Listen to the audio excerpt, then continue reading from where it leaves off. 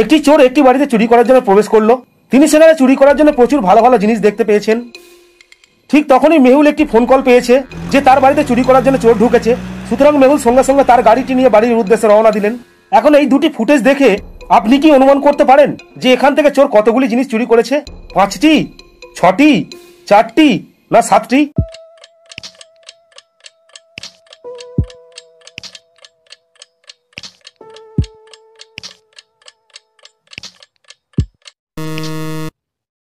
সেই চোরটি মেহুলের বাড়ি থেকে মোট 6টি জিনিস চুরি করেছে। মেহুল যখন বাড়িতে এসে পৌঁছলেন তখন সেই চোর সমস্ত জিনিস চুরি করে নিয়ে পালিয়েছে।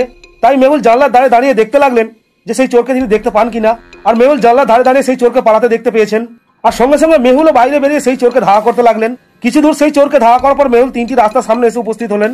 এখন আপনি কি অনুমান করতে পারেন যে সেই চোর পালাবার জন্য এই 3টি রাস্তার মধ্যে কোন রাস্তাটি বেছে নিয়েছে?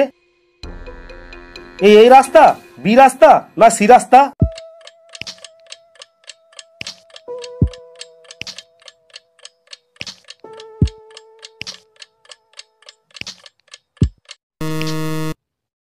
এই এ রাস্তাতে কাদা আছে। যদি চোর সেখান দিয়ে পালাতো তাহলে তার পায়ের চিহ্ন এখানে পড়তো, কিন্তু এখানে কোনো পায়ের চিহ্ন নেই।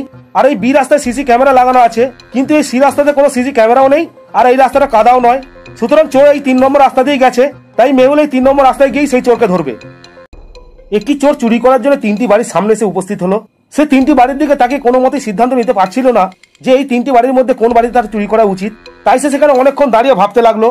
এখন আপনি কি এই 3টি বাড়ির দিকে তাকিয়ে সিদ্ধান্ত নিতে পারেন যে চোরের পক্ষে কোন বাড়িতে চুরি করা নিরাপদ হবে?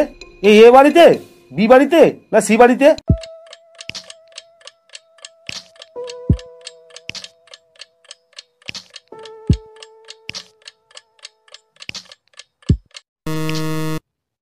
এই সি বাড়িতে এবং বি বাড়িতে আলো জ্বলছে, কিন্তু এই এ বাড়ির আলোগুলি সমস্ত বন্ধ আছে। তাই চোর এই এ বাড়িতেই চুরি করবে।